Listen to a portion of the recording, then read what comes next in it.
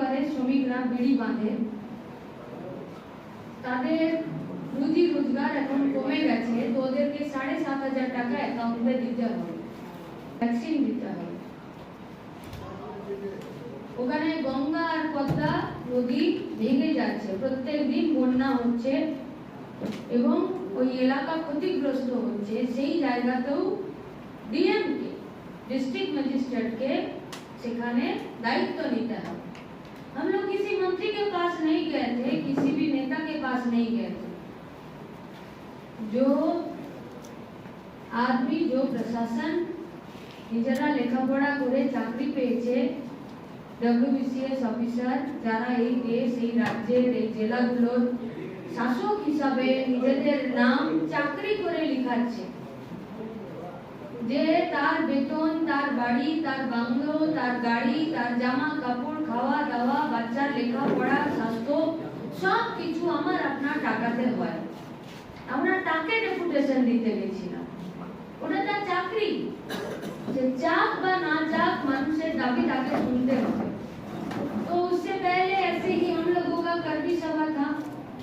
उस कर्मी सभा में बोलकर जब हम लोग निकल रहे थे मिছিল के लिए, तो तीनों ओर से पुलिस बैरिकेड कर दिए। पुलिस था मुश्किल से 300 या 400, पहले 50 तो थे जब हम लोग घुसे थे ऐसे ही कर्मी सभा करने के लिए, और जब निकल रहे थे तो 300 से 400 पुलिस थे।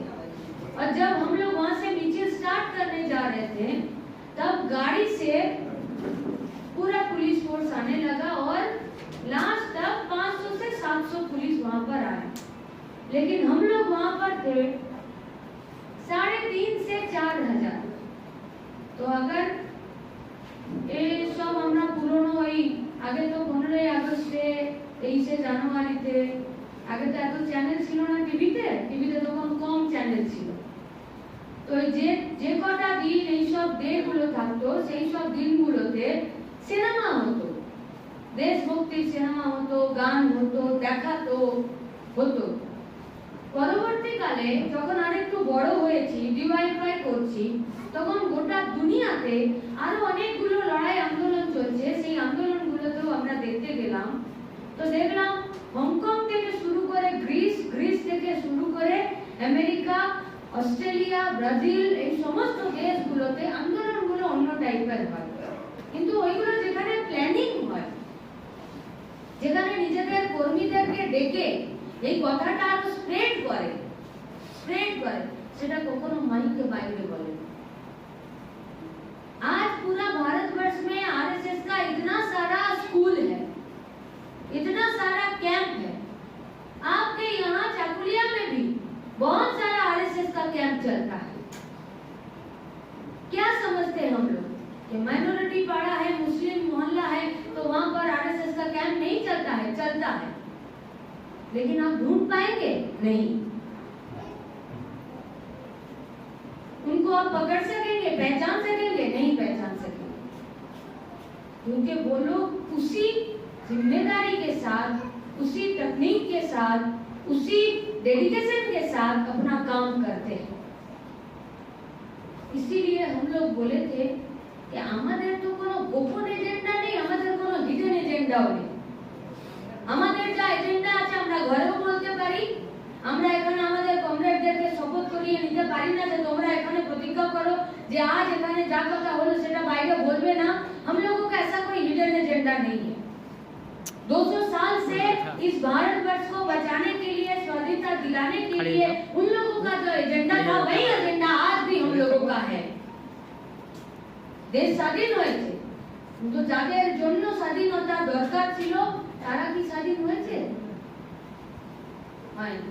इस बात पर भी बहुत सारा বিতর্ক আছে, বিমর্ষ আছে, বিচার আছে, আলোচনা আছে। তাই আমরা বলেছিলাম যে আমাদের একটা ওপেন সেশন যা হবে সেটা অবশ্যই হবে। 20 সেপ্টেম্বরের পর থেকে গোটা উত্তর দিনাজপুর জেলা শুধু নয়, গোটা পশ্চিমবঙ্গের 20টা জেলাতে এমন কোনো ব্লক থাকবে না, এমন কোনো ওয়ার্ড থাকবে না, এমন কোনো ইউনিট থাকবে না যেখানে মাইক লাগিয়ে আমরা কেন এই কনফারেন্সে যাচ্ছি, 19তম কনফারেন্সে, সে কথা আমরা মানুষকে বলবো না। বলবো, কিন্তু তার আগে এই 20টা দিন আমরা ম্যান টু ম্যান রিচ করব, এক একটা বাড়িতে রিচ করব, আর তার প্ল্যানিং করার জন্য আমরা এখানে আপনাদেরকে ডেকেছি। शुद्ध प्लानिंग ना, हम लोग आप लोगों से निवेदन करने के लिए भी आज यहाँ पर बुलाए हैं कि ये हम लोगों का काम है, इस काम को ले जाइए। लेकिन कोई तो मेरा बाप का जमींदारी में नहीं रहता है कि हम जो बोलेंगे वही आप सुनेंगे। और यहाँ पर जो लोग भी आए हैं सभी कोई DYFI का कर्मी या कमेटी मेंबर भी नहीं है, बोलो তো তারা এখানে আসবে না। আবার এমন কি এই যে আমরা চেয়ারের এইদিকে যারা বসে আছি, এটাও কোথাও বাধ্যবাধকতা আমাদের মধ্যে, অবশ্যই কমিটিতে এক জায়গায় আছি বলে কাজ করছি, কিন্তু তাই বলে সবাই একই রকম ভাবে ভাবছি একই রকম কাজ করবে, এটাও হতে পারে না। इसीलिए जो काम करना चाहते हैं पहले उस काम के प्रति अपना विश्वास को लाइए कि ये काम सही है, ये काम को अंजाम देने के लिए जो रास्ता इख्तियार हम लोग किए हैं वो रास्ता भी सही है, और इस काम को अंजाम देना ही है। उसी के लिए हम लोगों को सभी को शपथ लेना है। इसी बात पर अगर हम लोग एकजुट होते हैं तभी किसी काम को हम लोग अंजाम दे सकते हैं। तभी तो কেন আমরা DYFI করছি, কেন আমরা কনফারেন্সে যাচ্ছি? শুধুমাত্র তৃণমূল আর বিজেপিকে গালি দেওয়ার জন্য? শুধুমাত্র না। আচ্ছা, তৃণমূল আর বিজেপি শুধুমাত্র বিজেপি তৃণমূল আর সিপিএম কে হারিয়ে দিতে চাইছে, আর তৃণমূল বিজেপি আর সিপিএম কে হারিয়ে দিতে চাইছে, আর তারা হেরে গিয়ে কিছুদিন তারা এখানে 5 বছর 10 বছর রাজত্ব করতে চাইছে, গোটা ভারতবর্ষে 5 বছর তারা এখানে রাজত্ব করতে চাইছে, শাসন করতে চাইছে, বাস শুধু এটাই এজেন্ডা, আর কিছু নেই? सिर्फ इतना नहीं। जब पहला विश्व युद्ध हुआ था तब গোটা দুনিয়াতে আমাদের এত সম্পত্তি আছে, এত সম্পদ আছে, যে সম্পদগুলোর মধ্যে কোথায় হীরা আছে, সোনা আছে, তেল আছে, কয়লা আছে, জল আছে, জঙ্গল আছে, वो सब बात दीजिए। सबसे बड़ा संपद है आदमी, मनुष्य, জীবন, প্রাণ। এই মানুষ নিজেকে বাঁচানোর জন্য সব কিছু করতে পারে। जब खाने का दिक्कत आता है तो माँ अपना बेटी को बेच भी देती है। जब बेचकर पैसा नहीं मिलता है, पानी नहीं मिलता है, तो बाप अपना बेटा का पेट खरीद कर उस पर भी खून पीकर अपना प्यास बुझाते हैं। ये भी अपना देश, अपना दुनिया है। মানুষ বাঁচার জন্য প্রকৃতির সাথে লড়াই করে, মানুষ বাঁচার জন্য, নিজে একটু ভালোর জন্য নিজের ভাইয়ের সাথে লড়াই করে, মানুষ নিজে একটু আরো ঠিক থাকার জন্য নিজের পাড়া প্রতিবেশী তার সাথে ঝগড়া ঝামেলা করে জিততে চায়। যারা ঝগড়া ঝামেলা করতে চায় না, বিজনেস করতে চায়, টাকা পয়সা ইনকাম করতে চায়, কেউ যদি আরো ভালো করে থাকতে চায় যে আমি চাকরি করব না, ঝগড়া ঝামেলা করব না, তো আমি আমার মতো ভালো থাকবো, তো সে সন্ন্যাস নিয়ে নেয়, বেবাগী হয়ে যায়, যেটাতেই আমার ভালো, কিন্তু সবাই ভালো থাকতে চায়, সবাই ভালো থাকতে চায়, আর সবাই নিজের উন্নতি করতে চায়। ऐसा देश भी है, এরকম গোষ্ঠীও আছে, এরকম কিছু মানুষের মগজও আছে। आपको क्या लगता है वैक्सीन क्यों नहीं मिल रहा है? अगर वैक्सीन बनाने का फॉर्मूला रेडी है तो वैक्सीन बनाया क्यों नहीं जा रहा है? अगर वैक्सीन बनाने के बाद वैक्सीन अगर मौजूद है तो वैक्सीन आदमियों के पास पहुंच क्यों नहीं रहा है? কারণ এই ভ্যাকসিন বানানোর যে ফর্মুলাটা আছে সেটা সরকারকে অধিগ্রহণ করতে হয়, সরকারকে নিয়ে নিতে হয়, তারপরে সেটা সরকারি জায়গা হোক, সেটা বেসরকারি জায়গা হোক, তাকে ওই ফর্মুলাটা দিয়ে দিতে হয়। जब इतना बड़ा पैंडेमिक है, जिस पैंडेमिक में स्कूल नहीं खोला जा सकता है, जिस पैंडेमिक में अपना काम काज सब कुछ ठप हो जाता है, जिस पैंडेमिक में आदमी ना খাবার না পেয়ে তারা মরে যেতে পারে, যে প্যান্ডেমিকে একের পর এক হসপিটালে মানুষের মৃত্যুর লাইন লাগতে পারে, পারে, সেই প্যান্ডেমিক থেকে বাঁচানোর জন্য একটা ভ্যাকসিন, সেই ভ্যাকসিনটা তৈরি করতে পারে না? পারে। ফর্মুলা জানে, দিয়ে দিন বিভিন্ন কোম্পানিগুলোতে, তৈরি হয়ে যাক। इस स्वास्थ्य दफ्तर, स्वास्थ्य विभाग सिर्फ अपना देश में, अपना राज्य में नहीं, पूरा दुनिया भर में, हर देश में इस स्वास्थ्य डिपार्टमेंट में हजारों करोड़ों रुपए, अरबों रुपए खर्च होता है। पेड़ में भी खर्च होता है, 2 बूंद पोलियो में भी खर्च होता है, और वैक्सीन का तैयारी जहाँ पर होता है वहाँ पर भी खर्च होता है। तो पैंडेमिक से अगर बाहर निकलना है तो वैक्सीन में बेसी खर्च करो। लेकिन यहाँ और एक तो बात है जिसको बोला जा सकता है कि पूंजी, पैसा, संपत्ति। ये पूंजी ठीक करता है कि कहाँ पर मेरा दिमाग और पैसा लगाना है और कहाँ पर मेरा दिमाग और पैसा लगाना नहीं है। अगर आप इस पैंडेमिक के समय काल में अगर आप अपना बीमारी से अगर आप परेशान हैं तो दवाई ज्यादा बिकेगा। सरकारी हॉस्पिटल हो या गैर सरकारी हॉस्पिटल हो, वहां पर बीमार आदमी ज्यादा जाएंगे। जो चीजें वहां पर तैनात किया जाता है, जो चीजें वहां पर काम किया जाता है, जो चीजें वहां पर इस्तेमाल किया जाता है, वो ज्यादा से ज्यादा चीज वहां पर बेचा जा सकता है। तो ये पूंजी ठीक करता है कि अभी वैक्सीन ज्यादा बनाना नहीं है। मान लीजिए कोई बड़ा सा कोई गाड़ी है, चाहे वो स्विफ्ट हो, चाहे वो टाटा का हो, चाहे वो बजाज का हो, चाहे वो और किसी का हो, दोनों का तो एक ही कुछ चीज तो बेसिक चीज है कि 4 पहिया रहेगा, एक स्टीयरिंग रहेगा, একটা চেচিস থাকবে, একটা ইঞ্জিন থাকবে, তাকে ফুয়েল ট্যাঙ্কার থাকবে, তার সামনের গ্লাস থাকবে, তার ওই আয়না ফায়না যা কিছু থাকে এগুলো সব থাকবে, মাথায় ছাদ থাকবে। মনে করুন 5টা বিজ্ঞানী আছে, একজন জাপানে বসে আছে, একজন ভারতে টাটার জন্য কাজ করছে, একজন আরো কোথাও কাজ করছে, 3 জন বিজ্ঞানী। তো 3 জনই আবিষ্কার করছে যে চাকা বানাতে হয়, বডি বানাতে হয়, চেচিস বানাতে হয়। মানে ধরে নিন যে পুরো কাজটা আছে, সেই কাজটাকে আমি 3 ভাগে ভাগ করলাম। তো 3টে বিজ্ঞানী কাজ করছে, তো ও এক ভাগ কাজ যত সময় করছে, দ্বিতীয় বিজ্ঞানী তার থেকে বেশি বা কম সময়ে একই কাজ করছে, আরেকটা বিজ্ঞানী একই সময়ে ওই কাজ করছে। अगर तीनों साइंटिस्ट को एक जगह पर मिला हम लोग दे सकते हैं, तो 3 জনের মাথা দিয়ে, 3 জনের বুদ্ধি দিয়ে ওই একই সময়ে ওর থেকে আরো ভালো গাড়ি এখানে নামিয়ে দিতে পারবে।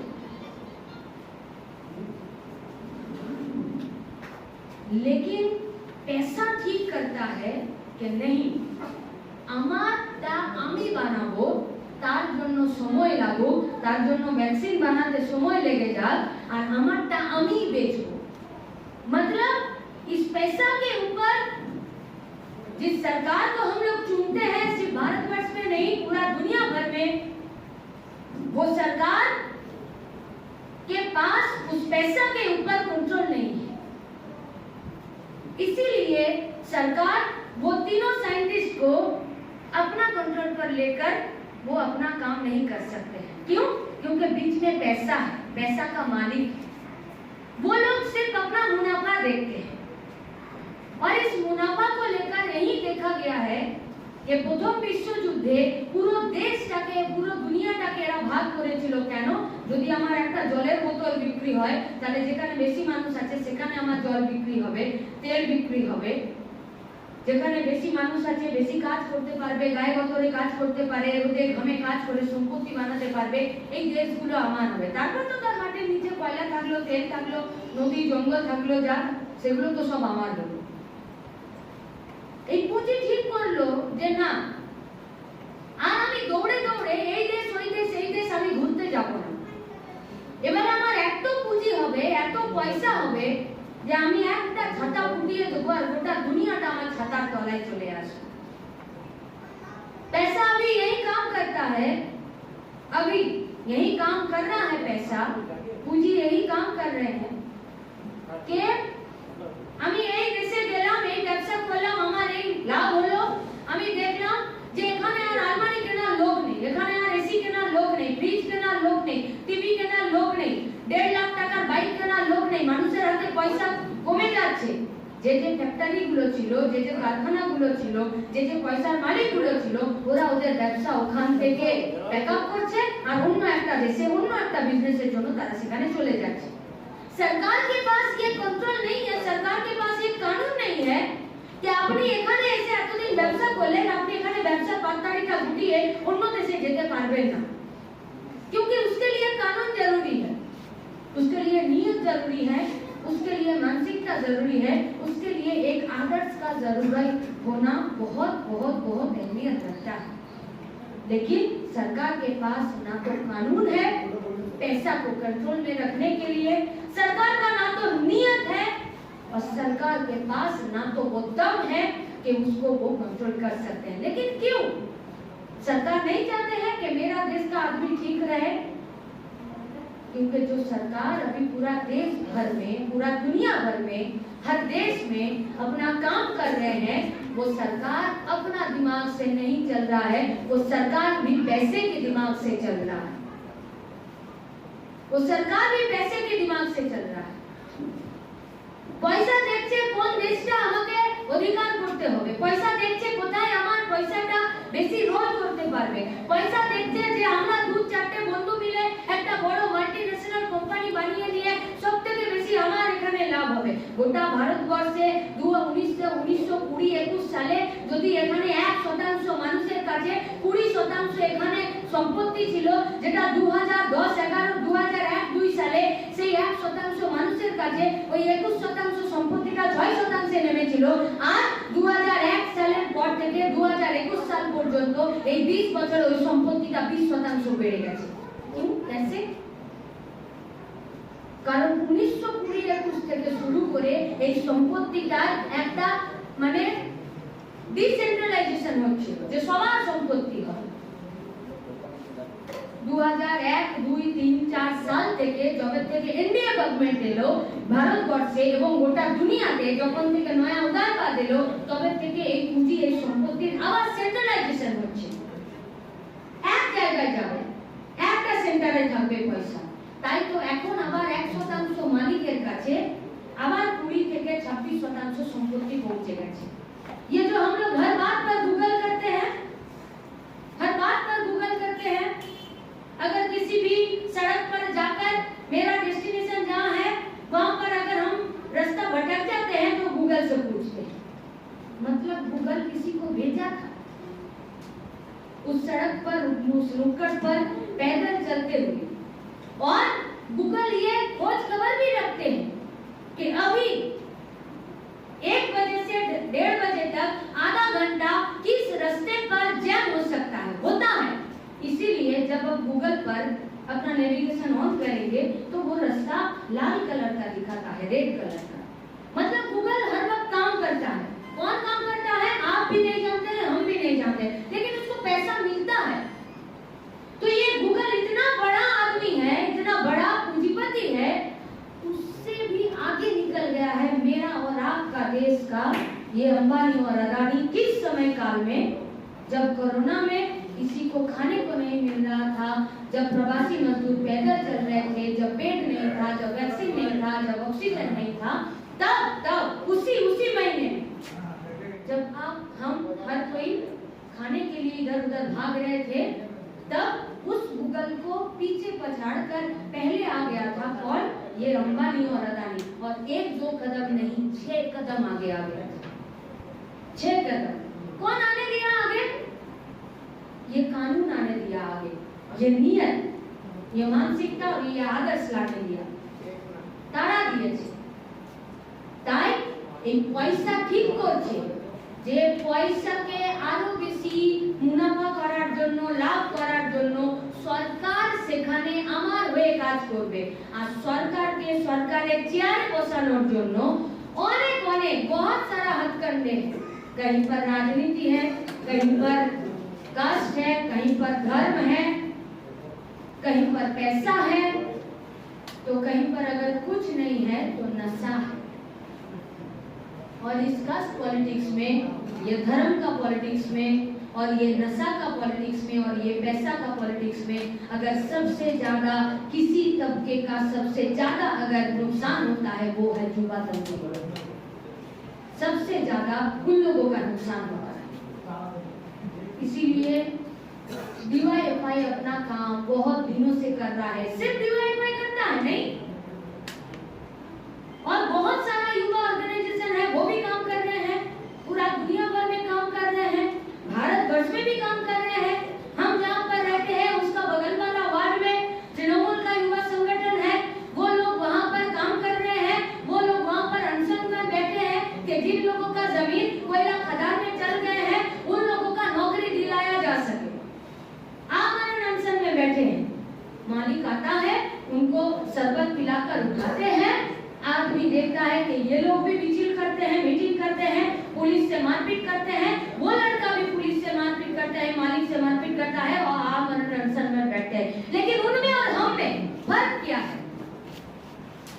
उनमें और हम में यही फर्क है कि तृणमूल का और बीजेपी का युवा संगठन जो काम करता है वो ऊपर को ठीक रख के नीचे का कुछ इस्तेमाल करने वाला जो फर्नीचर है वो इधर से उधर कर रहे हैं, और हम लोग बोल रहे हैं कि ये पूरा घर को ही तोड़ना पड़ेगा, नया घर बनाना होगा, तब जाके हम भी सेफ रह सकते हैं, हम भी सेफ रह सकते हैं।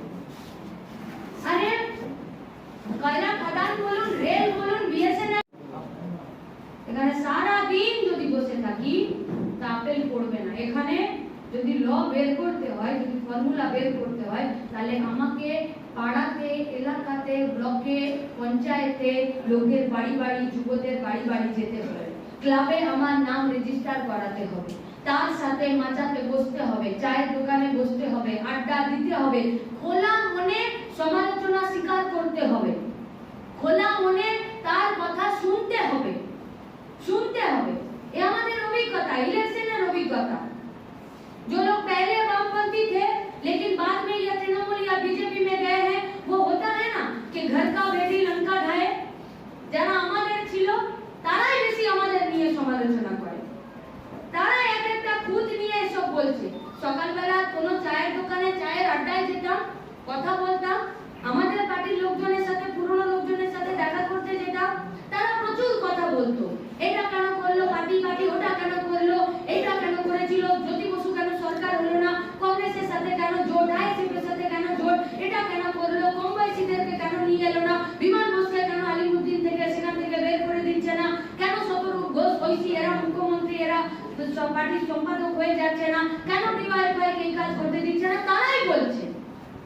शांति से सुनिए, शांति से सुनिए, सारा बात शांति से सुनिए। जो अपना है उसका बात भी सुनिए, जो दूसरे का है उसका बात भी सुनिए, और उसके बाद যুক্তির সাথে নিজের কথাটা রাখুন। যার সাথে তর্কতে জড়াচ্ছেন সে তর্কতে জিততে এসেছে, সে তার তর্ক রেখেই যাবে, সে আপনার দিকে হবে না। কিন্তু আপনাদের দুজনের তর্ক যখন চলবে, 25টা লোক যখন সেখানে জড়ো হবে, 25টা লোক যখন সেখানে দাঁড়িয়ে চায়ের দোকানে বলবে, তারা বাড়ি গিয়ে একবার হলেও ভাববে ডিওয়াইএফআই ছেলেটা ঠিক কথা বলছিল, ডিওয়াইএফআই ছেলেটার কথাটা একবার হলেও বাড়িতে গিয়ে ভাববে। बात सुनने का जरूरत है, लेकिन कोई तो आपके आगे आकर अपना बात, अपना पॉलिटिक्स का बात, अपना राजनीति का बात, अपना संगठन का बात तो नहीं बोलेगा। ওই পরিবেশটা আমাদেরকে তৈরি করতে হবে যাতে আমরা কথা বলতে পারি। এই যে আজকে চাকুলিয়াতে ইন্দ্র বলছিল না যে এখানে দীর্ঘদিন ধরে আমাদের অর্গানাইজেশনটা দুর্বল, হ্যাঁ দুর্বল তো, কিন্তু যদি লিডাররা বেরোয় তাহলে ঘর ভরে, घर भरे।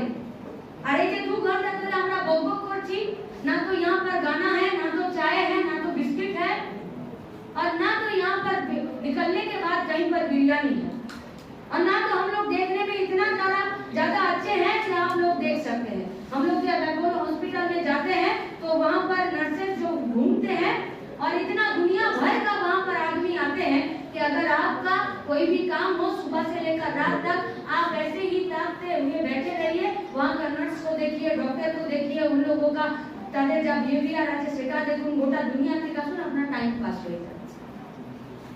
কলকাতার ধর্মতলা নিউ মার্কেটে সকাল থেকে রাত অবধি বসুন, বিভিন্ন ধরনের মানুষ, আপনার টাইম পাস হয়ে যাবে। এখানে তো তা নেই, টাইম পাসের তো কোনো ব্যাপার নেই, তাহলে আমরা খুব সেই কঠিন কথার প্রতি যদি বিশ্বাস তৈরি না হয়, সেই বিশ্বাসে হবে না। কিন্তু আজকে যে বিশ্বাস তৈরি করতে আমরা এসেছি, সেই বিশ্বাস আমরা তৈরি করতে এসেছি আমরা এক আদর্শে কম বেশি সবাই আমরা বিশ্বাস করি বলে এরপরে নেক্সট স্টেপটা আমরা রেডি করতে এসেছি।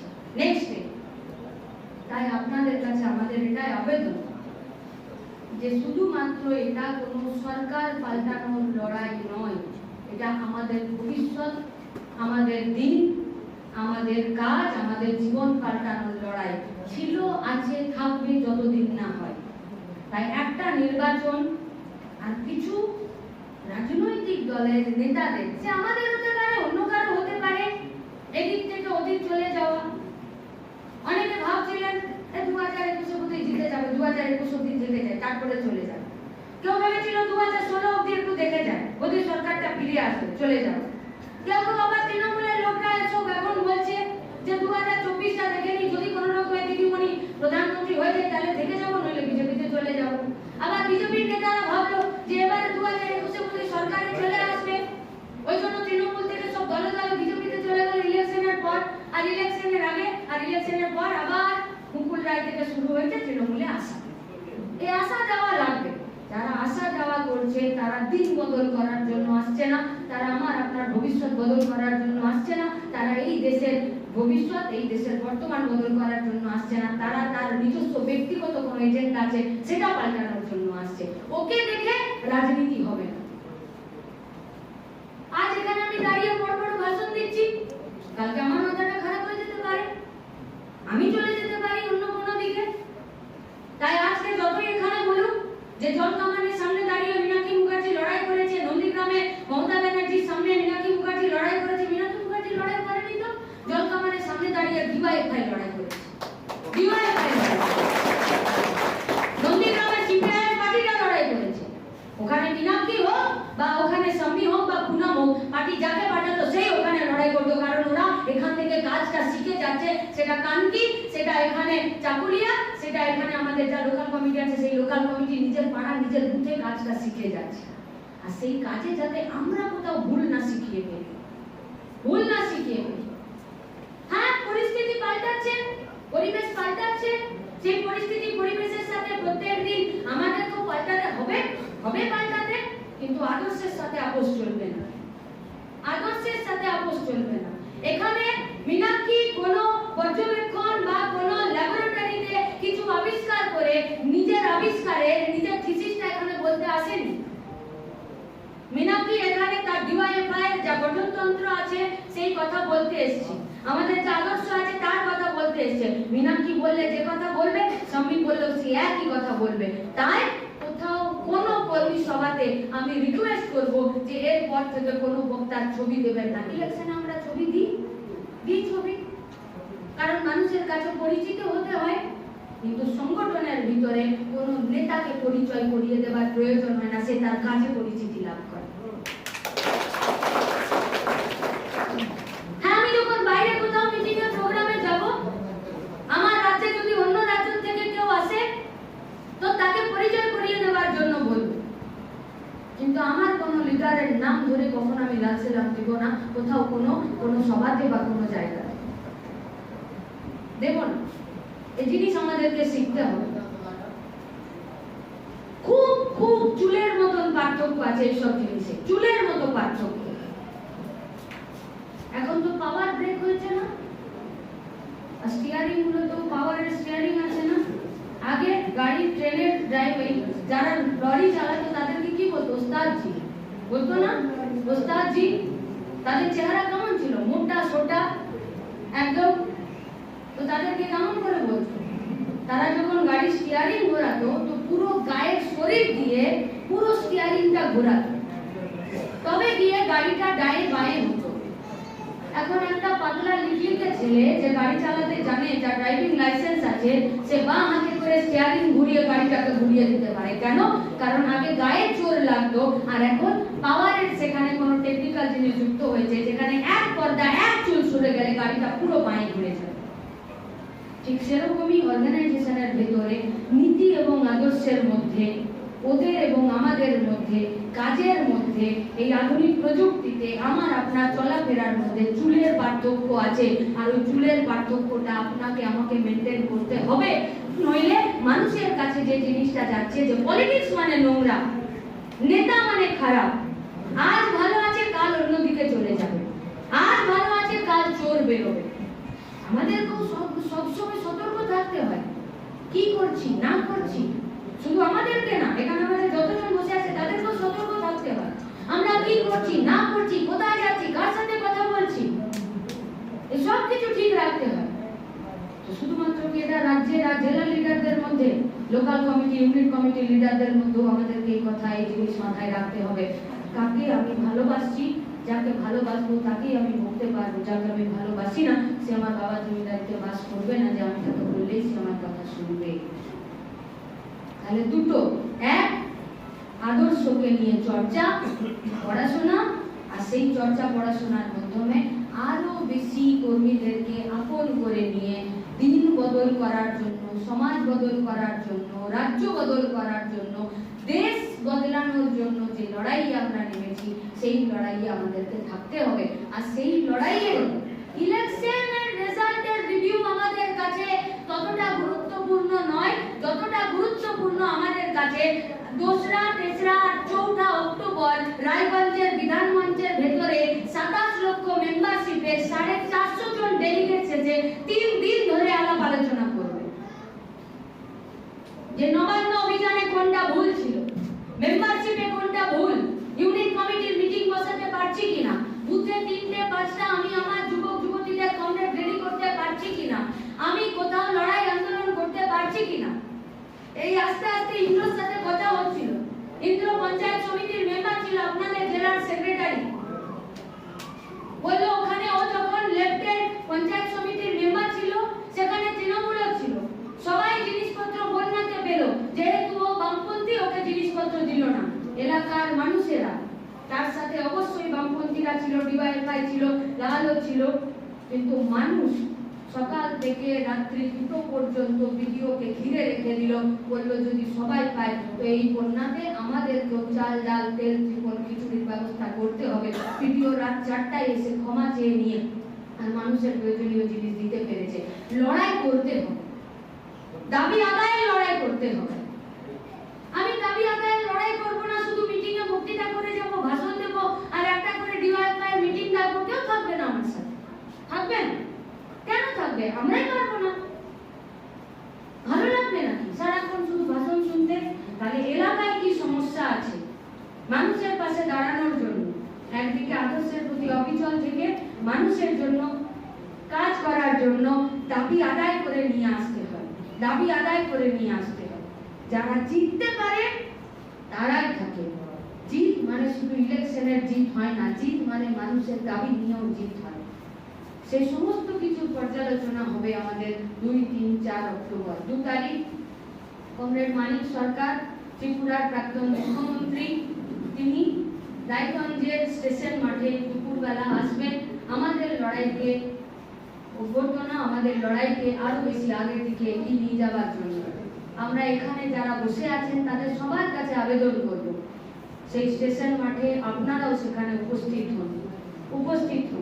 কিন্তু এখান থেকে কতজন যাবে? গোটা চাকুলিয়া আর আরেকটা যে আমাদের লোকাল কমিটি আছে সেই লোকাল কমিটি থেকে 200, 500, 1000, তার বাইরে তো প্রচুর মানুষ আছে।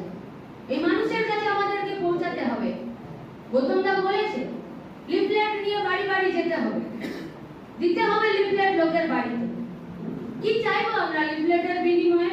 এই ঝান্ডাটার দাম মুশকিল সে 11 থেকে 12 টাকা, আর যদি আরে একটু বেশি ভলিউমে নিই তাহলে এটা 6 থেকে 7 টাকা দাম হবে। লোকের বাড়ি যান আর বলুন একটা ঝান্ডা কেনার জন্য আমাকে 6টা টাকা দিন। একটা দেওয়াল লিখতে গেলে 250 গ্রাম চুনের দরকার হয়। বলুন আমাকে 1 কিলো একটা চুনের ব্যবস্থা করে দিন, আমি 4টা দেওয়াল লিখবো।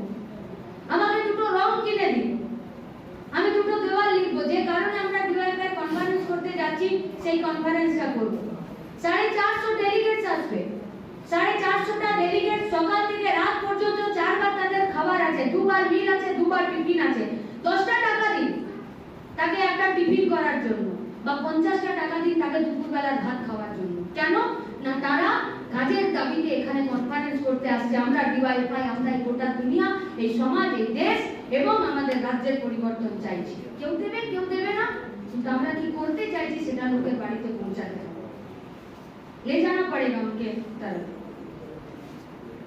ये काम 15 सितंबर से शुरू करके यहाँ पर जो भी रिसेप्शन कमेटी का काम होगा, इसके बाद हम चाहेंगे यहाँ का जो लीडर है, लोकल कमेटी और यूनिट कमेटी का जो भी लीडर है यहाँ पर